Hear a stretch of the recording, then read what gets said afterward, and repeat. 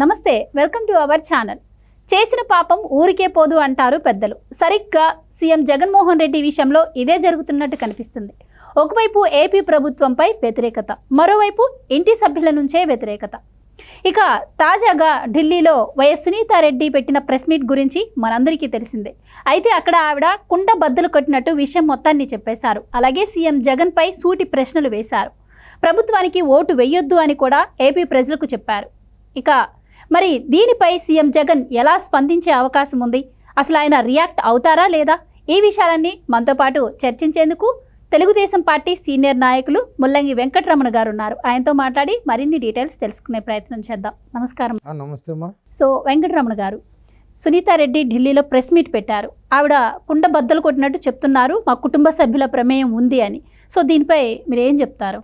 ఇప్పుడు సునీతమ్మ ఢిల్లీలో ప్రెస్ పెట్టక మునుపు గత 4 సంవత్సరాలుగా సిబిఐని కోరింది. సిబిఐ వాళ్ళు మొత్తం ఆంధ్రప్రదేశ్లో వచ్చి పులివెందుల్లో, కడపలో ఈ కేసు విచారణ చేపట్టారు. వాళ్ళపైనే జగనన్న మనుషులు అంటే వైఎస్ వివేకానంద రెడ్డి, వైఎస్ మనోహర్ రెడ్డి, భాస్కర్ రెడ్డి, ఈ జనాలందరూ సిబిఐ అధికారుల మీదే కేసు పెట్టేశారు. వాళ్ళ మీదే దాడి జరిపించారు. అయితే వాళ్ళు తప్పించుకొని వెళ్ళిపోయారు. గొడ్డలిపోటు వాళ్ళ చిరానికి వివేకానంద రెడ్డి వీళ్ళకు కూడా పడిపోయింటుంది.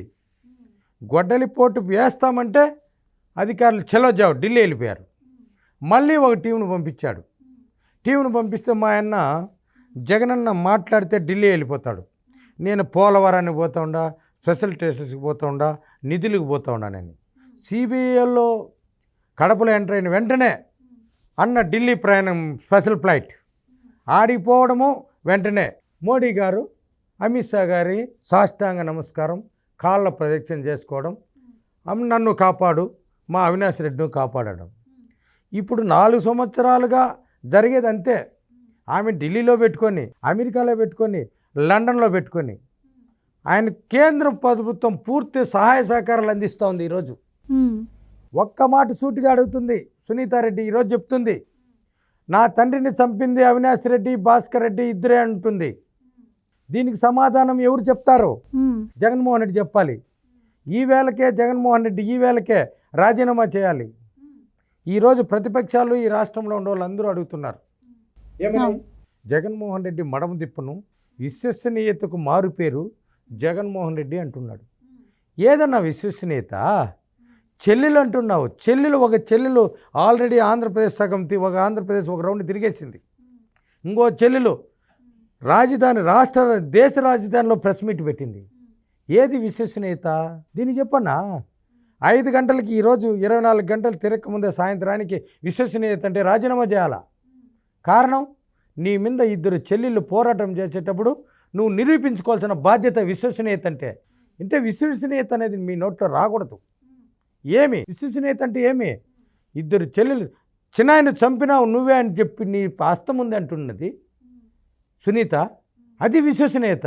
5 గంటల్లోగా రాజీనామా చేయాలి ఈరోజు మా అన్న. మీరన్నట్టు ఇప్పుడు సజ్జల రామకృష్ణారెడ్డి గారు దీనిపై స్పందించారు. ఆయన చెప్తున్నారు, మరి ఇది కోర్టులో ఉంది, కోర్టులు చూసుకుంటాయి. ఇక్కడ వచ్చి మాట్లాడింది టీడీపీ ప్రతినిధి. ఇప్పుడు ఆవిడ ఎవరిని పొగిడిందో చూస్తే అర్థమవుతుంది, ఎవరు నాకు హెల్ప్ చేస్తున్నారో అని చెప్తుంది డైరెక్ట్గా. సో టీడీపీ ప్రతినిధే కదా ఈవిడ అని ఆయన మాట్లాడుతున్నారు. మీరేమంటారు అని? ఇప్పుడు కోర్టులు చూసుకుంటాయంటే ఈ జగనన్న ఇప్పుడు 3000 సార్లు కోర్టుకు పోకుండా ఆయన పర్మిషన్ తెచ్చుకున్నాడు. కోర్టుకు పోకుండా సిబిఐ కేసులు ఉంటాయి. కోర్టులు ఏం చూసేది? ఏమన్నా చూస్తున్నాయా? ఈరోజు రివర్స్ కేసులు పెడుతున్నాడు జగన్మోహన్ రెడ్డి. రివర్స్ అంటున్నాడు. కేసులు ఎవడైతే అర్జీ ఎత్తిపోతాడో వాళ్ళని ఎత్తి లోపలేస్తున్నాడు. ఇప్పుడు గొడ్డలిపోటు తప్పించుకుంటా ఉంది ఆమె. ఇప్పుడు వీళ్ళకి ఎవరికొరకు గొడ్డలిపోటు పడాలి, పడుతుందో లేదో ఒక నెలలో చూసుకోవాలి. ఇవంతా చాలా ఈజీ. ఇప్పుడు కేంద్ర ప్రభుత్వం కూడా ఆలోచన చేస్తుంది. చెల్లెలు ఒక పక్క రాష్ట్రం తిరుగుతూ ఉంది, ఇంకో చెల్లెలు ఈరోజు ఢిల్లీలో ప్రెస్ మీట్ పెట్టింది అని ఈ పొద్దు కేంద్రం ఢిల్లీలోనే పెద్దలు ఆలోచన చేస్తున్నారు. గొడ్డలిపోటు చెల్లికి పడుతుందో, జగన్కు జైలు పోటు పడుతుందో ఈరోజు సాయంత్రంలోగా తేలిపోతుంది. మరి ఇప్పుడు అసలే ఎలక్షన్స్ రాబోతున్నాయి ఏపీలో. మరి ఈ విషయంపై జగన్మోహన్ రెడ్డి ఏమన్నా స్పందించే అవకాశం ఉంటుందంటారా? మరి ఆయన విశ్వసనీయత గల పార్టీ అని చెప్తూ ఉంటారు. మాట తప్పను మడమ తిప్పను అంటారు. ఒకప్పుడు సునీతారెడ్డికి మాట ఇచ్చాడంట, ఈ కేసు నేను క్లియర్ చేస్తాను అని, అది కూడా ఆవిడ అడుగుతున్నారు. మరి దీనిపైన ఆయన ఏమైనా స్పందిస్తారంటారా? ఆయన చెప్తున్నాడు కదా, పేదలకు పెత్తందారులకని. వీళ్ళకంతా పేదలు. మన విజయసాయిరెడ్డి చాలా పేదోడు, తాటాకుల గుడిసెలో ఉన్నాడు. ఆయనకు పెత్తందారులకు పోటీ. తాటాకుల గుడిసెలో ఉన్నటువంటి విజయసాయిరెడ్డికి పెత్తందారులకు పోటీ. శివరెడ్డి భాస్కర్ రెడ్డి చాలా పేదోడు, అతను కూడా. ఆయన కూడా రేకుల షెడ్లో ఉన్నాడు. ఈ పేదలంతా పోటీ చేస్తున్నారు ఎంపీకి. దాదాపు 100, 200, 500 కోట్లు 500 కోట్లు పెట్టుకుండే పేదలు రేకుల షెడ్లో ఉండేవాళ్ళు ఎంపీలుగా పోటీ చేస్తున్నాడు. ఇంకొక ఆయన మన వివేకానంద రెడ్డి, క్రియాశీలక హస్తం ఉన్నటువంటి వైఎస్ అవినాష్ రెడ్డి ఇంకా చాలా పేదోడు. ఆయనకు డబ్బు లేదమ్మా, ఆయన కడపలో పోటీ చేస్తున్నాడు. ఆయన 1000-2000 కోట్లు పెట్టుకుంటాడు. చాలా పేదలు. ఆయన రేకులిల్లు, తాటాకులు, ఈ సొప్ప, రాగి సొప్పతో కట్టుకునే ఇల్లు, చాలా పేదలు. వాళ్ళకి పోటీ జరుగుతూ ఉండేది. డబ్బు ఉండేవాళ్ళు ఎవరు? పేదలు అంటూ ఉన్నారు. ఈయన విజయసాయిరెడ్డి పేదోడు, అవినాష్ రెడ్డి పేదోడు, భాస్కర్ రెడ్డి పేదోడు. ఈయన మనోడు నరసరావుపేటలో పోటీ చేసేదానికి ఒక పేరు చెప్పాడు, అనిల్ కుమార్ యాదవ్. వీళ్ళంతా చాలా పేదోళ్ళు. అందరికి గుడిసిన్లే, తలుపులు కూడా లేవు, తాటాకు ఇవి కట్టుకున్నారు. లోపల కూర్చునేదానికి కుర్చీ లేదు. వీళ్ళంతా ఎంపీలుగా పోటీ చేసింది. ఆయన బొత్స సత్యనారాయణ, ఆయన చాలా పేదోడు. 4 టికెట్లు అడుగుతూ ఉన్నాడు. ఒక 40,000 కోట్లు ఉండి చాలా పేదోడు ఆయన. 40,000 కోట్లు కలిగిన చాలా పేదోడు. ఆమె బొత్స జాన్సమ్మ, ఆమె కూడా ఇవి ఉంటాయి తాటాకుల తర్వాత అక్కడ ఉత్తరాంధ్ర కదా, దానిపైన ఇవి కాగితపు ఇవి ఉంటాయి అట్టలు.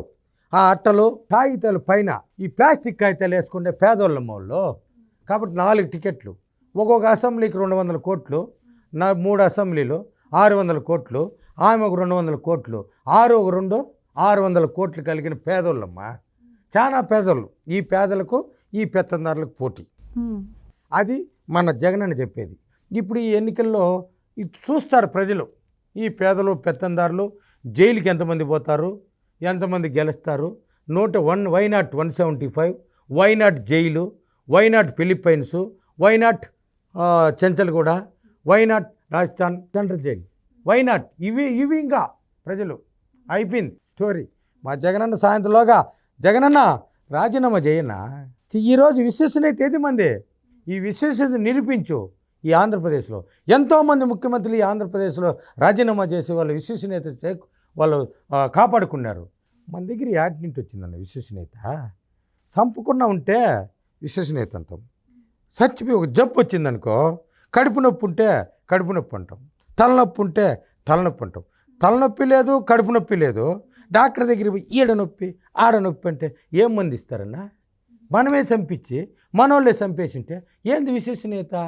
అరుచుకొని అన్న మనం రాజీనామా, మనకు సిగ్గు లజ్జ మనకు ఉంది లేదు, మనకు దాని గురించి ఎవరు పట్టించుకోరు. కాబట్టి వీళ్ళు ఎంతన్నా అరుచుకొని మన పని మనం చేస్తాం. గొడ్డలు పెట్టుకో, వీళ్ళు కొంచెం దూరంగా ఉండమని చెప్పి ఒక సలహా అయ్యన్నా.